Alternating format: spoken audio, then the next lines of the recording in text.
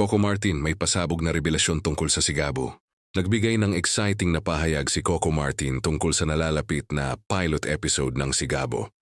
Ayon sa aktor-direktor, dapat abangan ng viewers ang unang episode dahil may mga artistang hindi umano inaasahan ng marami na mapapanood sa serye. Aminado si Coco na pinaghandaan nilang mabuti ang pilot episode para masigurong kakaiba agad ang dating nito sa publiko.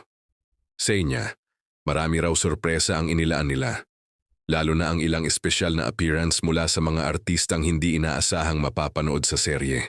Dagdag pa ni Coco, gusto nilang bigyan agad ng matinding impact ang pagbubukas ng Sigabo, kaya sinigurado nilang puno ito ng eksena at pasabog na magpapakapit agad sa mga manonood. Hindi naman nito diretsahang pinangalanan kung sino-sino ang mga artistang tinutukoy, dahilan para mas lalong umingay ang usap-usapan online. Marami tuloy ang naghuhula kung may bigating kapamilya stars o maging surprise guest appearances mula sa ibang network. Matagal nang inaabangan ng Sigabo dahil bukod kay Coco, tampok din dito si Julia Montes at ilan pang kilalang artista.